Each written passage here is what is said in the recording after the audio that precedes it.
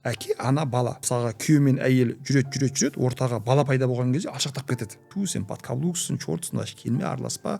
Басына сен нұқи беретін, шұқи беретін, критиковать ете беретін, боқтайтын, кешіресіз, ұратын, соғатын әке болатын болса, онда әке болғаннан болмаған жақсы. Мен сен үшін бүкіл жастық шағымды бердім. Сен болса үйленіп, ана әйелді тыңдайсың ба? Мен негізі жақсы адаммын, бірақ баламды қоғам жаман қылып жатыр. Жоқ. Сен жақсы адамсың, бірақ баланы көңіл бөліп жатқан жоқсың.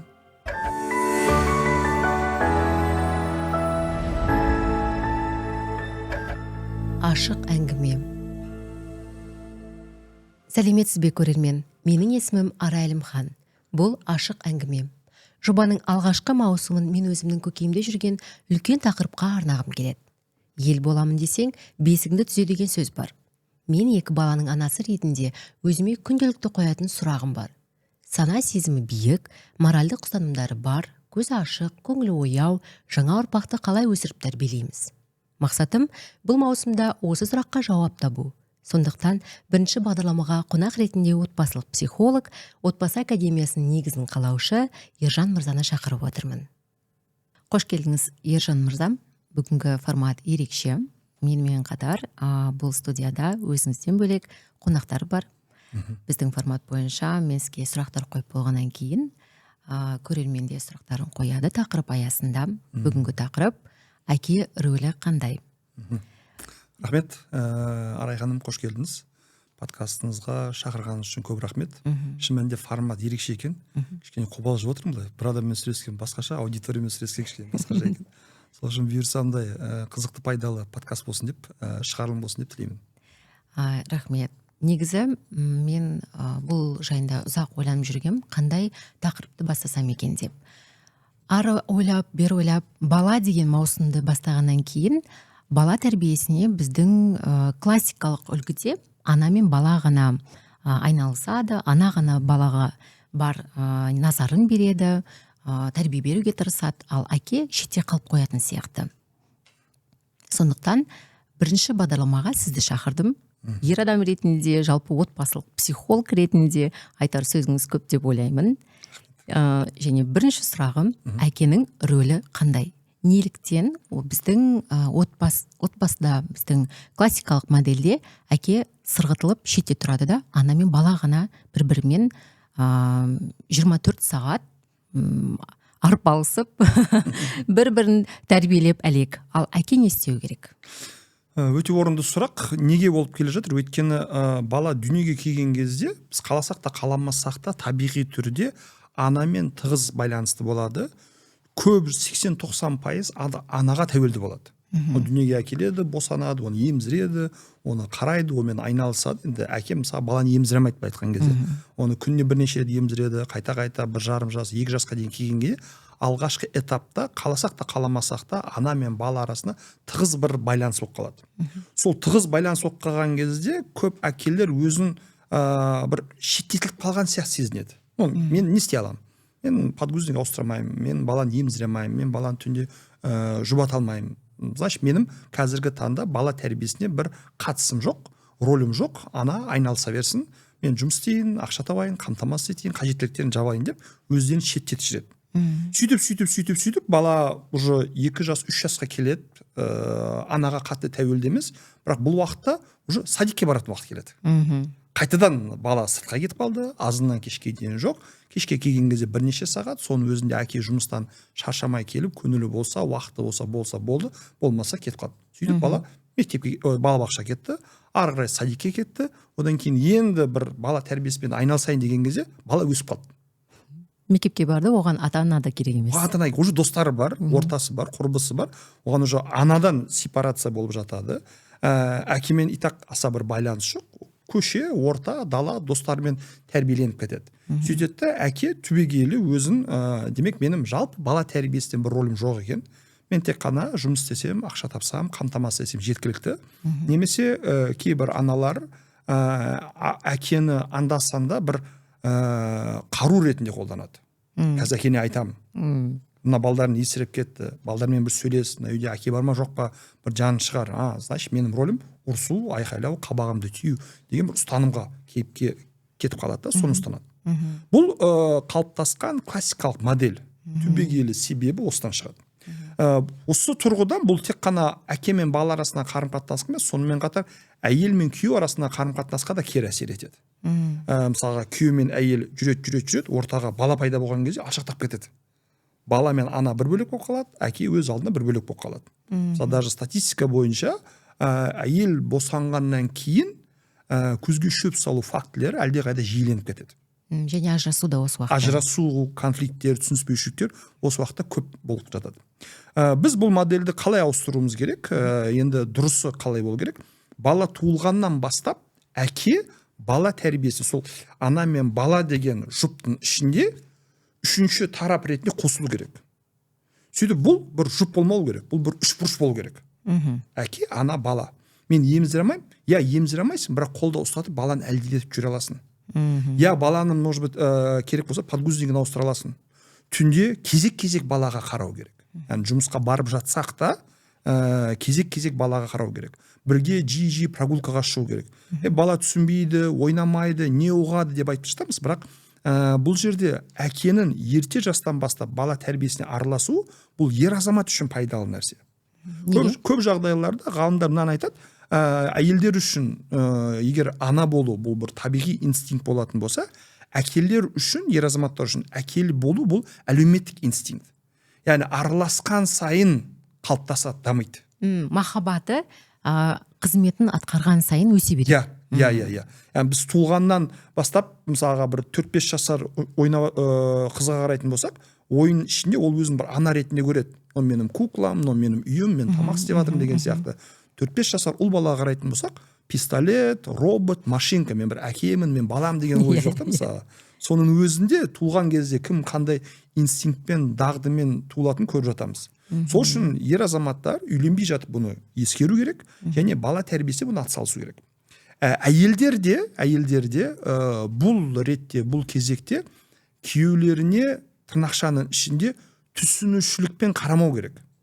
Ер азамат қой, қарай алмайды ғой, түсінбейді ғой, дұрыстап ұстамайды, дұрыстап жуындырмайды, не түсінеді, ертең жұмысы бар ғой деп, былай түсінушілікпен, тырнақшаның ішіне аяушылықпен қарамау керек. Қайтаға жоқ, кел, мынаны істе, жоқ, кел, мынаны жаса.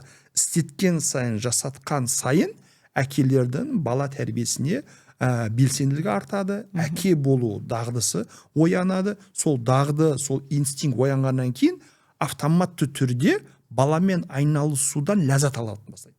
Удовольствие аласың. Мысалы мен кейбір клиенттерім айтатын, бізде бала туылған кезде біз әкемізге басқа бөлмеден бөлек төсек салып береміз. Неге? Ол түнде баланың жылағанын естімеу керек. Ол түнде жақсап ұйқысын қандырып алу керек. Жұмысқа бару керек, иә. Сіз не істейсіз күні бойы? Білмеймін, мен де енді сіз жатасыз ба? Жоқ, мен баламен араласам ғой дейді. Сіз баланың өмірінен әкені алшақтатқан сайын қайта қосылу қиын болады. Сол үшін бұл жердегі аяушылық пен түсінушілікті біз екінші тарапқа қоюымыз керек. Әкенің және баланың пайдасы үшін, екеуінің қарым қатынасы үшін қайтаға барынша көп тарту керек, вовлекать ету керек. Бірақ біздің қоғамда мынандай нәрсе бар ғой. Егер ер адам отбасының ішінен шықпай, қайта баланың тәрбиесімен айналысса, немесе әйелдің функциясын, қызметін жартысын алса, мысалы шомылдырайын бүгін баланы, мен ғана шомылдырам, сондықтан кешіріңдер жігіттер, футболдарды көре беріңдер, мен баламды шомылдыруым керекпін деп кетіп қалатын әкелер бар ғой. Қалғандар бәрі мазақтап күледі. Біздің қоғамда ол сондай мазақ болатын персонаж деп айтайық. Мұны қалай өзгертуге болады? Жалпы 80% еркектер сөйтіп ойлайды деп ойлаймын. Бір 20-сы ғана әкенің рөлін дұрыс атқарып жатқан шығар. Мұны өзгерту үшін не істеуіміз керек? Бұған әйел түрткі болу керек па? Бұған ер азаматтар еркек болу керек. Өйткені нағыз ер азамат ешқашан біреудің айтқан сөзіне мән бермейді. Нағыз ер азамат дұрыс деп білетін, дұрыс деп түсінетін нәрселерге батыл қадам жасайды. Мен достарым футбол көріп отырған кезде, кафеде отырған кезде, бір караоке демалып отырған кезде, ойбай кеш болды, немесе кеш болмай қойсын. Әйелім звондап қалды, бала мазасыз болып жатыр, мен қиналып жатырмын, келші, пожалуйста деген кезде, жігіттер менің әйелім шақырып жатыр, мен кеттім деп, бұны бір ерлікпен айта алу керек. Егер ер азамат ретінде сол сәтте сіз бір ыңғайсыздықпен, бір комплекспен, жігіттер бір кетуім керек еді, бір шаруалар шығып қалды деп өзіңіз қысылып жатсаңыз, как будто бір қылмыс жасап жатқан сияқты, бір ұят нәрсе жасап жатқан сияқты. Ол ортадан барып, мен там бір наркотик қолданайын деп жатырмын, бір ішімдік ішейін деп жатырмын, біреуді өлтірейін деп жатырмын, ұрлық жасайын деп кетіп бара жатсыз ғой, несіне ұялып жатсыз? сен әкесің, бұл сенің туған балаң, бұл сенің жарың, әйелің. И ол қиналып жатқан кезде сен спокойно караокеде отыра алмайсың, сен спокойно футбол ойнай алмайсың, немесе матч көре алмайсың. Бұның барлығы второстепенно. И осындай бір батыл әрекеттермен жігіттер мен кеттім. Кеттім деген үшін не болады? Я бастапқыда айналаңдағы достар, прикол ретінде, әзіл ретінде тиісу мүмкін, сөз айту мүмкін. Әзіл деңгейінде ол қалады. Кейбіреулер кәдімгідей бұған бір жек көрінішпен қарауы мүмкін. И сондай сәтте ер азамат үшін құндылықтарға сай достарды ауыстыру процесі басталады. Yani 10 адамның ішінде там 5-еу ту, сен подкаблуксың, чортсың, келме, араласпа, келескеңіз не болды, әйелін жібердің ма, келе алдың ба деп кесе беретін болса, хоп деу керек та, мен неге бұл адаммен араласып жатырмын? Біздің өмірлік ұстанымдарымыз, дүние танымдарымыз, құндылықтарымыз әртүрлі болатын болса, мен неге бұл адаммен араласып жатырмын? Yani шай ішетін, футбол көретін, футбол ойнайтын басқа адам жоқ па? 10 адам қалған 5-еуіне қарайсыз, олар, я дұрыс, молодец, жоқ, нормально деп поддержка беріп жатса, міне менің араласатын адамдарым. Біз адамдарға қатты привязываться етеміз да, сөйтіп ол бізге зиян келтірсе де, көз қарасымыз сай келмесе, жабысып аламыз. Ойбай, там кластасым, студенттік досым, ойбай әріптесім, ойбай партнерім деген сияқты. Жоқ, адамдардан емін еркін керек кезде де айырылыса алуымыз керек. Сол кезде сіз мына дос кетеді, орнына құндылықтарға сай дос келеді. Мына дос кетеді, құндылықтарға сай басқа дос пайда болады. Осыны ескеріп түсініп кеңірек ойлайтын болса, батыл қадамдар жасайтын болса, қоғамда бұл түсінік, бұл стереотип өзгереді. Ал егер жоқ, мен прям қатты ұялам, бірақ бір жағынан әйеліме де көмектескім келеді деп ойлайтын болса, кетіп бара жатқан кезде әйеліме бара жатырмын деп айту не обязательно? Жігіттер бір шаруам шықты деді, кетіп қала бер, ол қай не шаруа, не істеп жатсың? Сен шаруаң не, мен шаруам бол. Одан кейін бар әйеліне көмектес, балана қарас, жуындыру керек болса, жуындыру керек. Бұл бір жағы мәселе. Екінші жағы, бағана сіз өзіңіз сөздің араңызда айтып қалдыңыз да, егер ер азамат әйелдің кейбір функцияларын істей бастайтын болса, сол кейбір функциялар әйелдің функциялары болмау керек. Бұл ортақ функция, отбасының. Бұл ата-ананың функциясы. Ата-ана деген кезде біз кімді мезейміз? Әйел, еркек, ана, әке. Яғни екеуінің де жасай алатын, екеуінен біреу жасай алатын, екеуі бірігіп жасайтын нәрсе. Мысалға біз бір ТРЦ-ға бір жерге қыдырып жүрген кезде, мысалға ұл балам дәретханаға барам десе, 3 жас, 4 жас кішкентай кезінде мен алып барам. Мысалға ТРЦ-ға барамыз, кішкентай баланы 3 жас ұлынды дәретханаға ата-ана апару керек. Әйел апару керек емес. Немесе әйел апару керек, ер азамат апара жатыр, сен әйелдің ісін істеп жатсың емес. Бір ата-ана баланы дәретханаға апару керек. Сол сәтте кім бос болатын болса, кім қасында табылатын болса, сол апарады. Мен емін еркін түрде баламды дәретханаға апара аламын. Бұл жерде мысалы біз еркектің, әйелдің міндет деп ажыратпаймыз оны. Ата-ананың міндеті. Сосын қоғам ішінде біз психологиялық тұрғыдан осындай установкалар енгізетін болсақ, ата-ананың міндеті сен де ата-анасың. Ата-ана жасау керек, сен де ата-ана. Жуындыру, қарау, жұбату, қасында болу, ауырған кезде емдеу деген нәрселердің барлығын бұл ата-ананың міндеті. Құдай сақтасын, мысалға ер азамат әйел қайтыс болса, бір командировка кетіп қалса, все, мамалары жоқ, аштан өліңдер дейді ма, кешіресіз, грубо говоря, мысалы, жоқ қой, сен ер азамат дейді, мамасы жоқ қой, не істеу керек, қалай істеу керек, кірісіп кетесің. Өйткені сен оны әйелдің міндеті деп қарамайсың. Баланы асырау, қарау ата-ананың міндеті. Сол сәтте ата-анаға екеуі де кіретін ескеру керек. Осыны түсінік болатын болса, осындай бір көзқарас болатын болса, тогда ер азаматтар любой ортадан емін еркін түрде барып, баланы да қараса алады, отбасындағы өзінің белсенділігін арттыра алады. Осы орайда мындай сұрақ туындап тұр. Міндет дедік, енді ал негізі қазіргі заманның әкенің сіздің ойыңызша сипаттамасы қандай, міндеттері қандай? Қазіргі заманның ер адамы балаға не үйрету керек? Қазіргі заманның үйретуден бұрын қарым-қатынас құру керек деп ойлаймын. Өйткені мысалға үйрету бұл бір мағлұмат, бұл бір информация, ақпаратты бір жаққа жеткізу. Мысалға там ұрлық жасама, жаман сөз айтпа, сабағыңды оқы, темекі шекпе, там тәрбиелі бол, бұл ақпарат. Үйрету деген кезде бір тараптан екінші тарапқа ақпаратты жеткізу деп айтамыз. Ал сол ақпаратты бір тараптан екінші тарапқа жеткізу үшін байланыс керек. Wi-Fi керек. Интернет керек. Интернет, Wi-Fi бұл қарым-қатынас.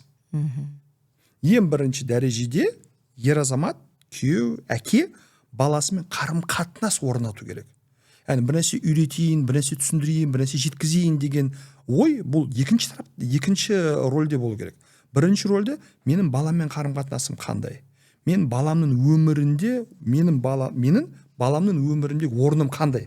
Процентпен қарайтын болсақ, 10%, 20%, 50%, 80%, мысалы, 24 сағаттың ішінде мен қаншалықты бармын баламның өмірінде атсалысам. Міне, содан баламен қарым қатынасты сапасын біле аласыз, содан бір нәрсе үйрете аламын ба, үйрете алмаймын ба, соны анықтауға болады. Егер сіздің балаңызбен қарым қатынасыңыз жоқ болатын болса, бала сізді жақсы көрмейді, сыйламайды, бірге уақыт өткізбейді, ортақ естеліктеріңіз жоқ. Бірге бір матчқа барған едік, бірге бір жарысқа қатысқан едік, бірге концертінде болған еді, бірге паркқа қыдырған едік, маған алғаш велосипед теуді үйреткен еді деген сияқты, бірге бір үйдегі обойды сурет салған едік, бір ойнаған едік деген бір балада әкесімен естелігі жоқ болатын болса, ондай әке баласына ештеңе үйрете алмайды. Қорқыта алады, мәжбүрлей алады, міндеттей алады, бірақ ештеңе үйрете алмайды. Арасында сенім жоқ. Арасында сенім жоқ. Арасында қарым қатынас жоқ, арасында байланыс жоқ. Сол үшін әке бірінші дәрежеде баласымен қарым қатынас орнату, диалог орнату, екі жақты сенімді қарым қатынас қалыптастыруды атсалысу керек. Ал ол үшін баланың өмірінде белсенді болу керек. Екінші дәрежеде бұл айтады ғой, баланы екі нәрсе тәрбиелейді дейді. Біріншісі ата-ана, екіншісі ата-ананың бір-бірімен қарым қатынасы. Бұл жерде әке әйелмен қарым қатынасы, баласының анасымен қарым қатынасына назар аудару керек. Екеуінің арасында махаббат болу керек, сүйіспеншілік болу керек, жалын болу керек, ғашықтық болу керек, сыйластық болу керек. Сол екеуінен қалыптасқан энергия үйде жағымды атмосфера қалыптастырады. Ол балаға не үшін пайдалы? Балада тревожность болмайды. Үйде жанжал, ұрыс естіп шыққан балдар, мектепте, балабақшада все тревожный болады. Уайымшыл, бір стрессте, бір нервничать етіп, тырнағын тістеп, шашын жұлып, аурушаң болады, иммунитеті нашар болады стресстің кезінен. Сондай сәтте бала раздраженный болады. Раздраженный бала агрессивті бола бастайды. Немесе наоборот ынжық болып басылып қалуы мүмкін. Демек, тек қана баламен жақсы қарым-қатынас құру жеткілікті емес, анасымен жақсы қарым-қатынаста болып, үйде жағымды, позитивті, сүйіспеншілікке толы атмосфера қалыптастыру. Екінші орынға әйелмен қарым-қатынасты қоятын едім. Үшінші орынға әрбір ер азамат әке ретінде, күйеу ретінде белгілі бір авторитетке ие болу үшін, сыйлы болу үшін, құрметке ие болу үшін жұмыс істеу керек. Үйде пультті ұстап алып ауыстырып жатқан ер адам онша авторитет бола алмайды дейсіз. Мүлдем авторитет бола алмайды. Яғни жұмыс істеу керек. Және істеген жұмысында жетістікке жету керек. Бала көрсін деп. Иә.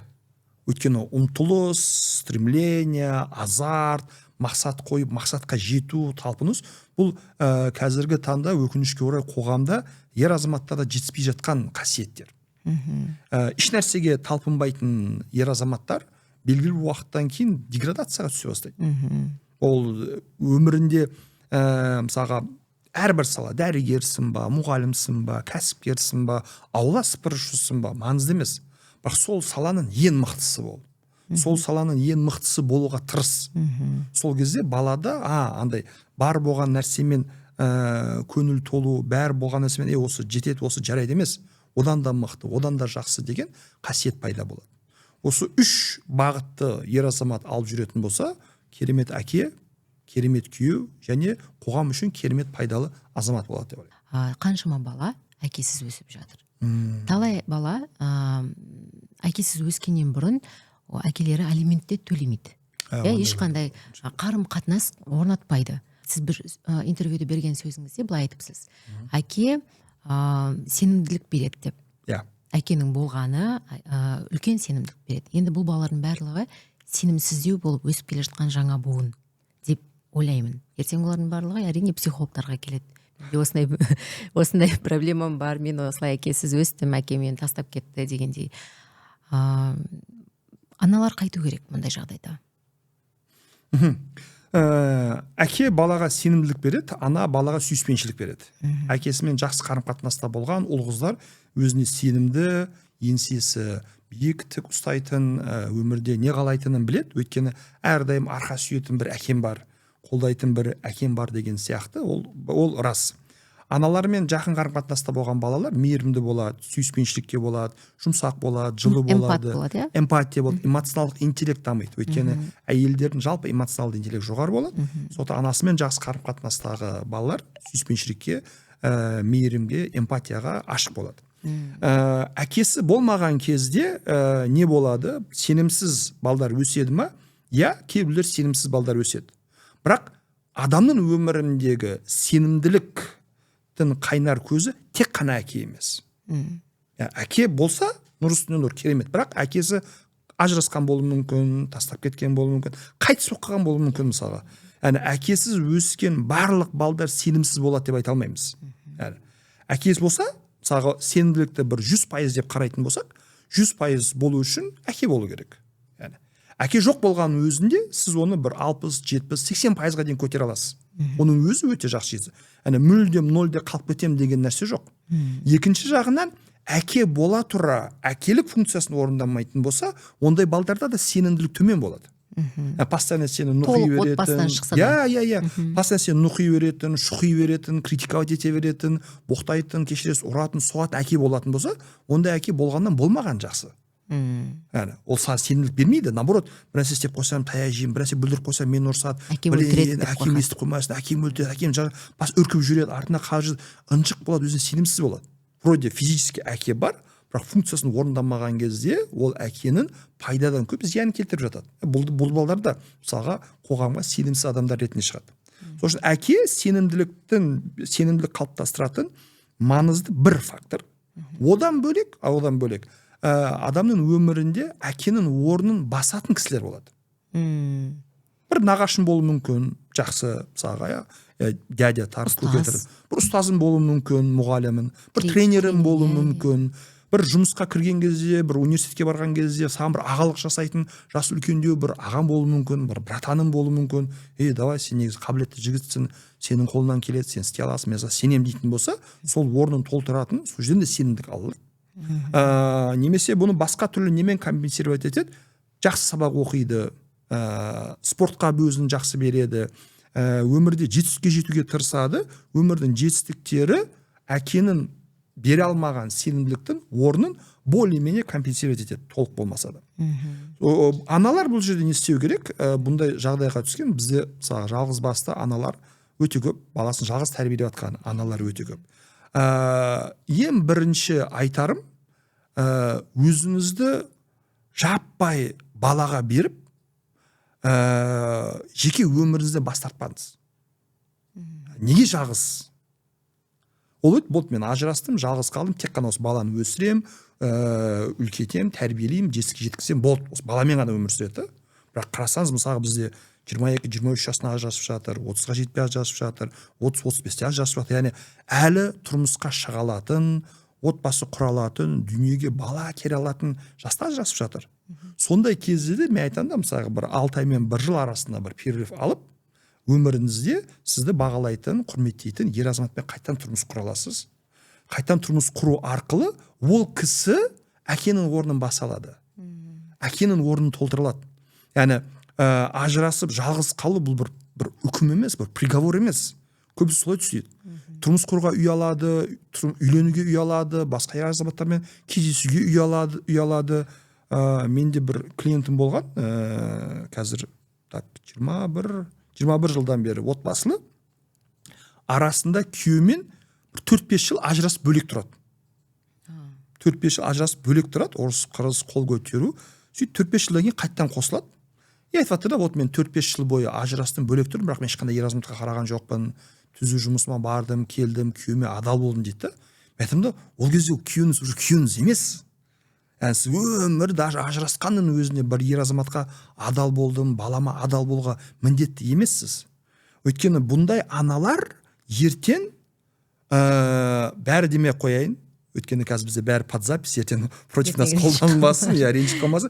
Бәрі демей қояйын, бірақ менің жеке практикамда көргенім, басым көпшілігі абьюзер ата-ана болады.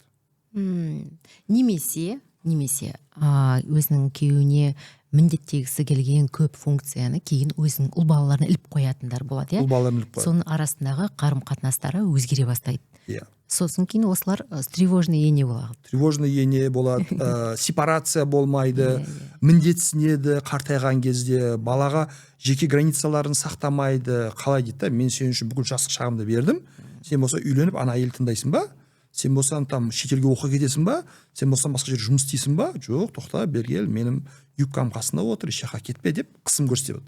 Шын мәнінде анам мен үшін соншалықты жанқиярлық жасады ғой, білен енді не істеймін, бұл ұл балаға стресс бола бастайды да. Сосын осы тұрғыдан тек қана бала үшін өмір сүрмеу керек, адам өзі үшін өмір сүру керек. Біріншісі сол, үйлену мүмкіндігі болатын болса, үйлену керек, оны кәдімгі реально бір опция ретінде қарау керек. Яғни бір рет қателестің, таңдауда қателестің деп мүлдем үйленбей қою дұрыс емес. Екінші жағынан жалғыз баланы тәрбиелеп жатқан кезде айналаңызда балаңызға жақсы үлгі болатын ер азаматтар болуы мүмкін. Атасы болуы мүмкін, көкесі болуы мүмкін, ағасы болуы мүмкін, тренер болуы мүмкін, жақсы ұстаз болуы мүмкін. Олар оның орнын баса алады. Үшінші нәрсе, жалғыз басты аналардың жиі жасайтын қателігі, ол бір адамда екі рөлді алып жүруге тырысу. Бір жағына ана сияқты мейірім, сүйіспеншілік, жанашырлық, екінші жағынан әке сияқты ұрсу, айқайлау, жорстке, тәртіп, талап ету болып тұрады. Сол кезде бала түсінбей қалады, мен қазір мамам қазір қандай рөлде? Мама рөлінде ма қазір, немесе әке рөлінде ма? Екі ата-ана бар жерде түсінікті.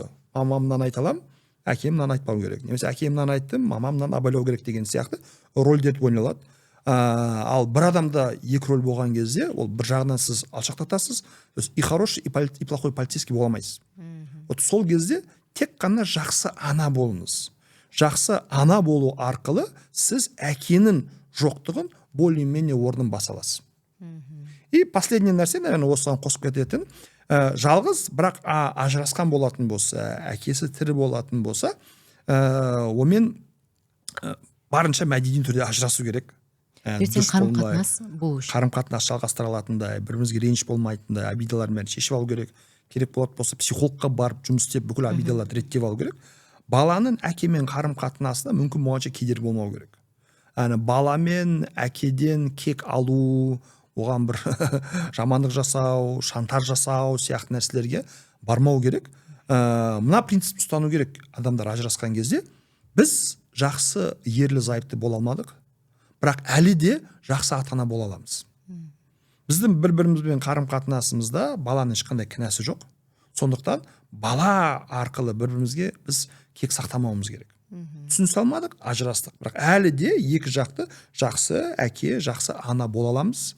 Сенбі жексенбі күндері кездес, күндіге мектепке алып кел, алимент жағынан көмектес, кейбір каникул анда, кейбір каникул мұнда бол. Сол арқылы да әке ажырасқанның өзінде белгілі бір дәрежеде сүйіспеншілік, балаға сенімділік бере алады, тәрбиесіне маңызды рөл ойнай алады. Сонда жалғыз басты аналарға сіздің айтар сөзіңіз кедергі болмаңыз, иә? Егер әкемен қарым-қатынас орнатуға оның ілтипаты болып жатса, да бір-бірімен аралассын. Түсінікті. Енді қараңыз, тақырыптан алшақтамай қояйық. Әкенің міндеттерін бәрін білдік. Енді әке қыз баласы мен ұл баласының тәрбиесінде өзін қалай ұстау керек? Қызға жұмсақтау болу керек па? Ер балаға қаттырақ болу керек па? Бізде солай қалыптасқан ғой енді. Сол дұрыс па? Жалпы оны өзгерту керек па? Заман ағымына сай, мысалы, қазір қыздарды да қатты бітіп өсіруге тырысады, ұлдарды жұмсақтау қылуға тырысады, ол дұрыс па? Өзіңіздің ойыңыз қандай? Менің ойымша ұл қыз деп ажыратпай екеуіне бірдей қарау керек. Бірдей қарау керек деген сөз, ата-ана барынша балаларына жұмсақ болу керек. Жұмсақ дегеніміз, яғни қарым-қатынас тұрғысынан жұмсақ. Бұл не деген сөз? Баланы балағаттама, қарапайым нәрселер. Баланы ұрып соқпа, балаға зорлық-зомбылық көрсетпе, баланың жеке ойымен, пікірмен санас, баланың ойын сұра. Бұл бір. Екіншісі, ұлға да қызға да талапшыл болу керек.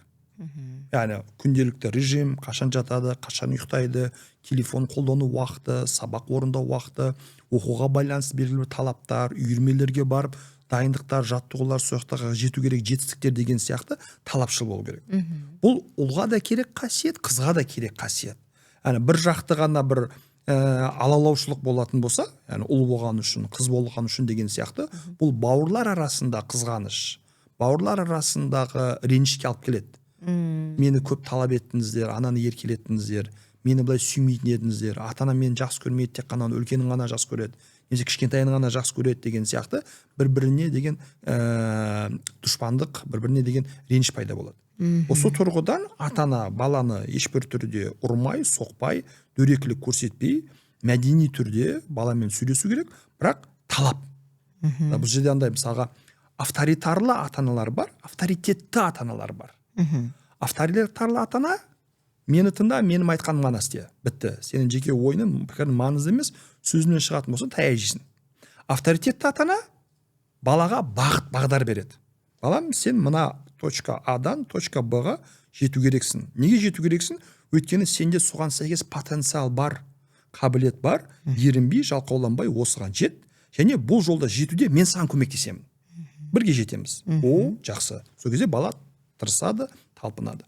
Авторитетті ата-ана баламен ақылдасады, пікірін тыңдайды, бірақ шектеу қоюды да біледі. Яғни сабаққа барасың ба, бармайсың ба емес. Сабаққа барасың. Бірақ сабаққа бүгін көк куртка киіп барасың ба, ақ куртка киіп барасың ба? Өзің таңда. Өзің таңда. Мысалы, үй жұмысын істеймін деген нәрсе емес, баланың пікірін сұрауда емес. Үй жұмысын қазір түсте сабақтан кейін келіп істейсің ба, немесе 1-2 сағат демалып түстен кейін кешкісін істейсің ба? Осы жерде біз сенімен пікір таласа аламыз. И жайлап баланың қабілеттері, дағдылары дамыған сайын, ой өрісі кеңейген сайын балаға жауапкершілікті көбірек береді. Шектеу шеңберін кеңейтеді. 18 жасқа толғаннан кейін, бол, балам, қызым, сен емін-еркін түрде өз өміріне өзің жауап бере аласың, өзің шешім қабылдап әрекет ете аласың. Мен тек қана саған арт жағынан саппорт, қолдау көрсетіп отырамын. Енді ары қарай өмірінің тізгіні сенің қолында деп жібере алады. Бұл авторитетті ата-ананың қасиеттері. Сосын қызға да, ұлға да ата-ана әрдайым авторитет болу керек. Кейбір кезде андай бар, мысалға бір жағынан авторитарлы ата-аналар бар, бір жағынан қатты, жұмсақ баласымен дос болатын ата-ана бар. Міне соны сұрайын дегем ғой. Кейбір әке бізде мен баламмен доспын дейді. Сондықтан мен балама мамасы жоқ кезінде нанын рұқсат берем, ананы істеуге рұқсат берем, үйгеміздің арамызда осындай қарым-қатынас дейді, сенімділік бар деген ой бар. Бірақ бұл деген менің ойымша кішкене фейк қарым-қатынас сияқты, иә?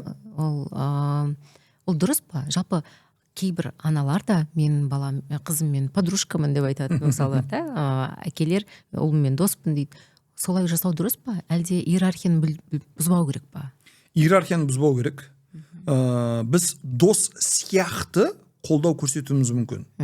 Дос сияқты кейбір кезде бірге ойнауымыз мүмкін. Дос сияқты велосипед теуіп бір-бірімізді қуалауымыз мүмкін.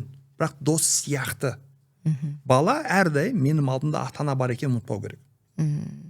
Яғни мен досыммен ойнап күле алам, бірақ досыма кейбір кезде бар басынан бір қағаз алам. Бірақ әкемнің басынан қағаз аламаймын. Мен там құрбыммен бір қыз достарымен ойнай алам, жасай алам, бірақ кейбір кезде енді құрбымды ренжітіп қоя аламын, бірақ мамамды ренжіте алмаймын.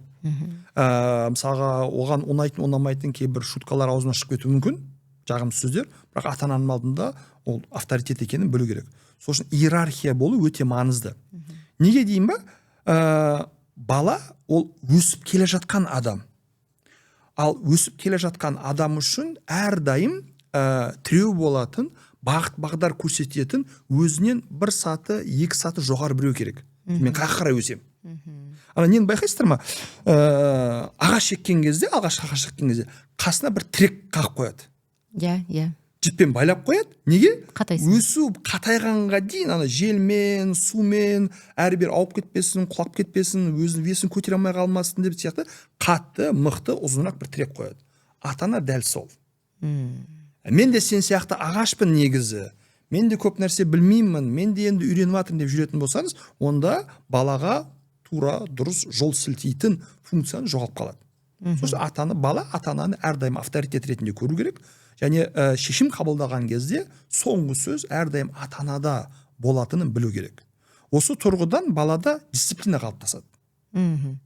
Усидчивость қалыптасады. Өмірде белгілі бір ережемен өмір сүру дағдысы қалыптасады. Сол кезде ертең ол заң бұзбайтын болады. Айналып келгенде осыған айналып келген соған келеді. Законопослушный гражданин болады былай айтқан кезде.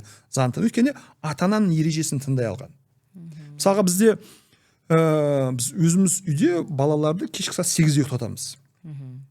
Жаз болсын, қыс болсын, 8-де балдар бізде ұйықтайтын. Пижамаларын киеді, жатады, ұйықтайды. Сөйтіп қазір енді кішкене өсіп қалғаннан кейін айтады, қызым айтады, оказывается, біздің класстастар 8-де ұйықтамайды екен дейді. Мен қызым да балам да далада балалар ойнап жүреді ғой. Аналар неге ойнап жүр, біз неге жатырмыз дейді. Міне, егер сіз ата ана емес дос болатын болсаңыз, дұрыс айтасың, негізі солай жарайды, барып кел ойна, немесе мен ұйықтап жатқан жоқпын, сен де ұйықтама деп баланың былай айтқан кезде икеміне кетіп қалуыңыз мүмкін. Бірақ бұл жас авторитет ретінде өзіңіздің салмақтылығыңызды қоясыз, айтасыз, қызым, ол балдардың ата анасы тәрбиесі бір бөлек, менің сен саған деген тәрбием бір бөлек. Олардың ата анасы балалар ерте жатсын, ұйқысы қансын, денсаулығы жақсарсын, соны уайымдамайтын, ойламайтын болса, бұл олардың проблемасы. Мен сенің жақсылығыңды ойлап соны жасап жатырмын.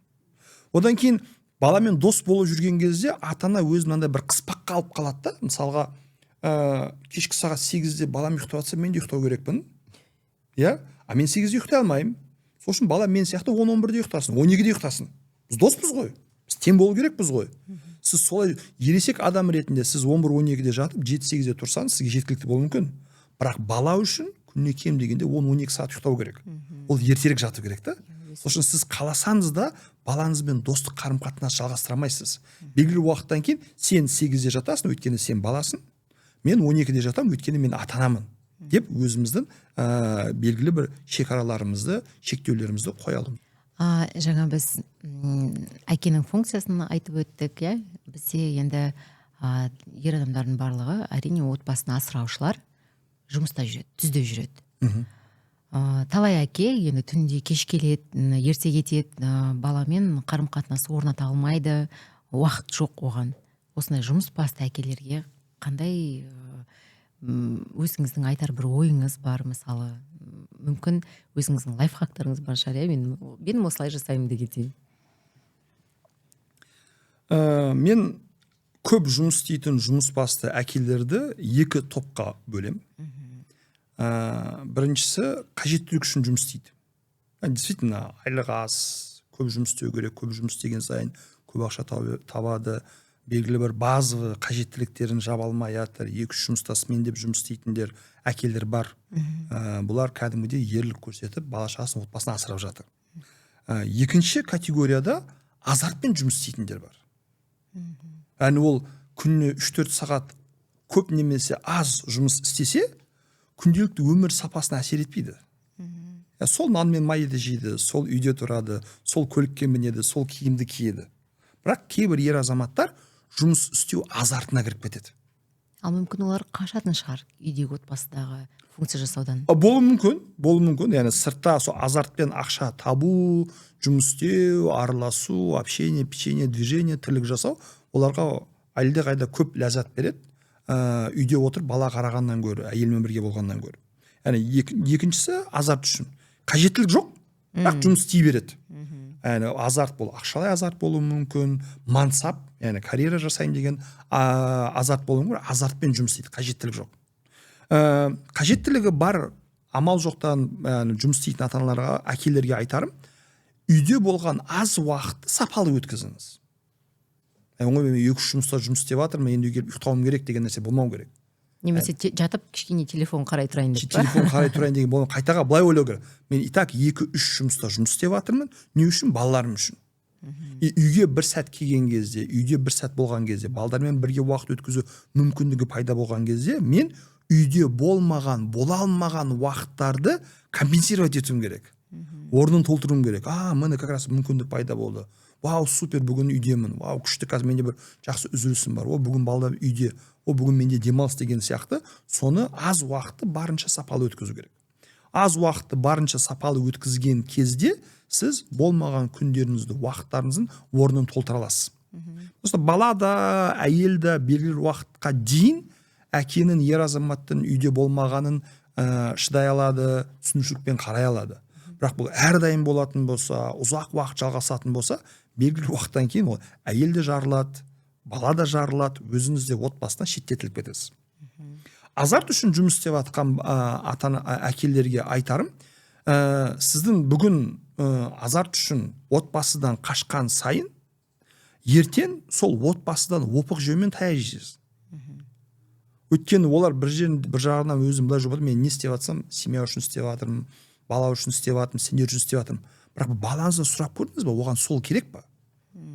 Сіздің балаңыз неден көбірек бақытты болады? Сіздің артық тапқан бірнеше миллионнан бақытты болады ма? Немесе сіздің онымен бір жарты сағат, бір сағат бірге футбол ойнағаннан бақытты болады ма? Немесе концертіне келгеннен. Немесе концертіне келгеннен, немесе жарысына қатысқаннан, немесе оның мектебіне барғаннан, немесе оның өміріне атсалысқаннан ба? Осыны бір ойланып көріңіз, баладан да сұрап көріңіз. Өйткені по факту келген кезде бала білмейді ғой, ата-ана не жұмыс істеп жатыр, қандай жұмыс істеп жатыр, қанша тауып жатыр. Ол андай, мысалы, қолданып жатқан телефон, тұрып жатқан үй, мініп жатқан көлік, киініп жатқан киіміне қарайды. Андасына шетелге барып жатырмыз, бара жатқан жоқпыз, демалып жатырмыз, соған қарайды да, то есть өмір сапасы. Оның үстіндегі одан тыс нәрселерге қатты мән бермейді. Осы тұрғыдан бала үшін сіздің тапқан артық бірнеше миллионыңыз бүгін баланың көңіл күйіне әсер етпейді. Олар өздерін қалай ойлайды, қалай мен мүмкіндік болған кезде істеп алуым керек. Мүмкіндік болған жасап алуым керек. Вот қазір мынаны істеп тастаймын, одан кейін демаламын. Мынаны жасаймын, одан кейін балаға көңіл бөлемін деген сияқты. Немесе, балам қазір жасы 6-да 7-де, ертең үйленген кезде үйі болсын, мен оған үй алып қояйын. Балам қазір кішкентай, мен оны ертең шетелде оқытамын, сол үшін ақшаны жинай берейін, депозитке салайын, тағы да ақша тауып қояйын. Бизнесті кеңейтейін, үлкейтейін деп жатқан кезде бір қарайсыз, балаға ол мүлдем керек жоқ. Бір қарайсыз, сізде ақшасы бар, жақсы білімі бар, жақсы мансабы бар, бірақ бақытсыз бала тәрбиелеп жатсыз. Немесе қазір біз көріп жатырмыз ғой, қандай жағдай болып жатқанын, қандай сот болып жатқанын. Немесе сондай бір агрессивті, өз-өзін танымайтын, өзін білмейтін адамды өсіруге болады. Өсіруге болады. Бұл барлығы сол жұмыс бастылықтың нәтижесінде. Сол үшін әкелерге айтарым, осы екі нюансты ескеру керек. Мен өзім, мысалы, менде андай периодтармен жұмыс көп аз болуы мүмкін. Кейбір периодтар болады, жұмыс аз, күніне 1-2 консультациям бар, емін еркін, мысалға, әртүрлі шараға қатыса бересің.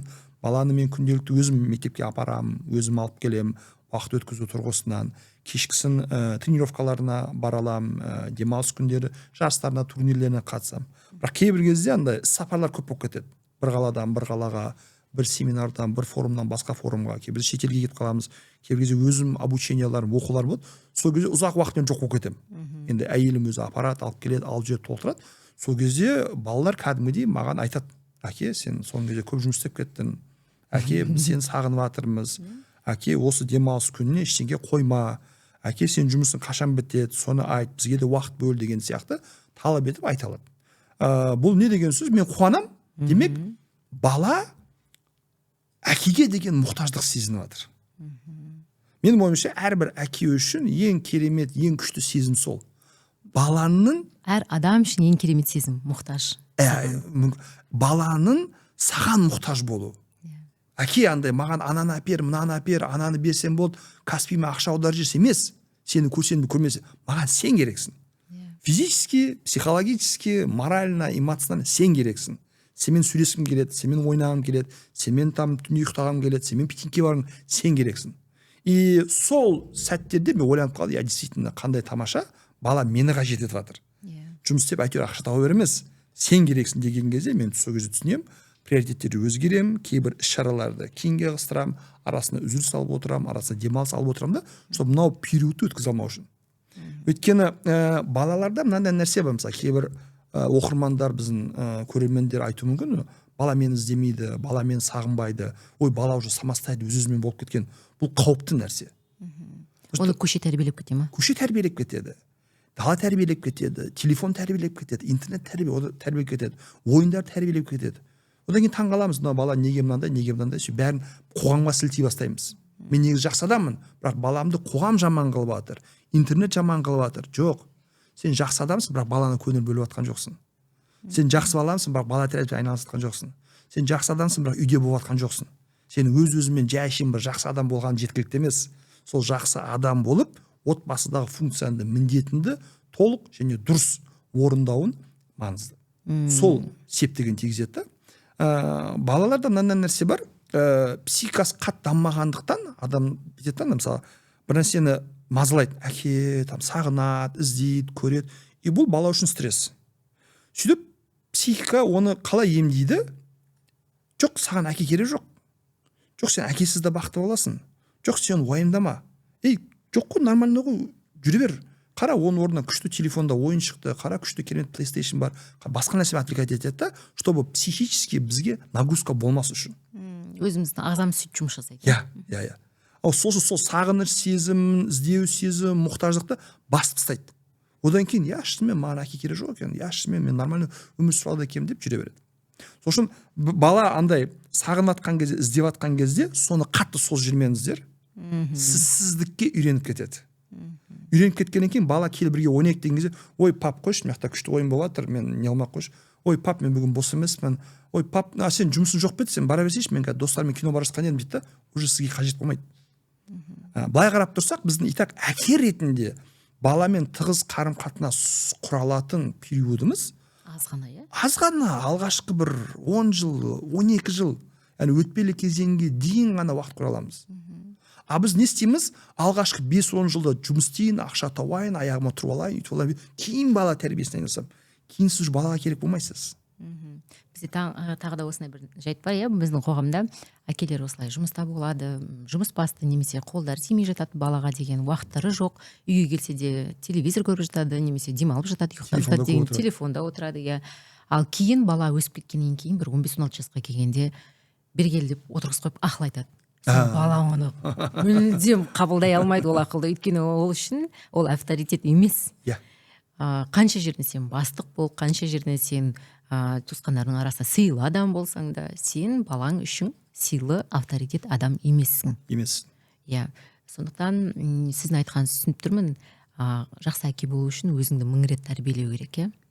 Сөйтіп өзің қандай жақсы адам екеніңді тек қана көрсетіп жүріп қана емес, соны балаға үйрету керек, күнделікті өмірде. Енді Ержан мырза, біраз сұрақтың басын шалып өттік, біраз мәселені айттық. Осы тақырып аясында біздің көрерменге айтар мүмкін пікіріңіз бар шығар, айтылмаған іштегі ойыңыз бар шығар. Рахмет. Бар, бізді көріп жатқан көрермендер бұл подкастты ер азаматтармен бөлісіңіздер. Құрметті ер азаматтар, әке болып, күйеу болып, отбасы деген үлкен жауапкершілікті алғаннан кейін осыны алып жүру, осының бақытты болуын, осының тұрақты болуын қамтамасыз ету ер азамат ретінде тікелей біздің міндетіміз, тікелей біздің жауапкершілігіміз. Сіз болып, біз болып, барлығымыз отбасы, әйелдің жауапкершілігі деген ұғымнан арылуымыз керек. Бүгінге дейін сондай ұғыммен өмір сүре келіп, қаншалықты жағымсыз нәтижелер болып жатқанын көріп жатырмыз. Енді ер азамат ретінде біз отбасыдағы ролімізді есімізге түсіріп, отбасыдағы міндеттерімізді қолымызға алып, жауапты әке, сүйікті, арқа сүйер, тірек болар, жар болуды бірге үйренейік, бірге соны бастайық. Сізге келгеніңізге көп рахмет. Бала маусымын бастаған біздің алғашқы қонағымыз Ержан мырза, отбасылық психолог. Сіздің әр айтқан сөзіңізге қосыламын. Және бұл маусымда көптеген тақырыптардың барлығы бала тәрбиесіне қатысты болатынын айтап өткім келеді. Бізді көріңіздер. Бұл шығарылымды басқа достарыңызбен, жақындарыңызбен, ер азаматтармен бөлісіңіздер. Келіскенше сау болыңыздар. Рахмет. Жақсы болды. Күшті, необычный формат.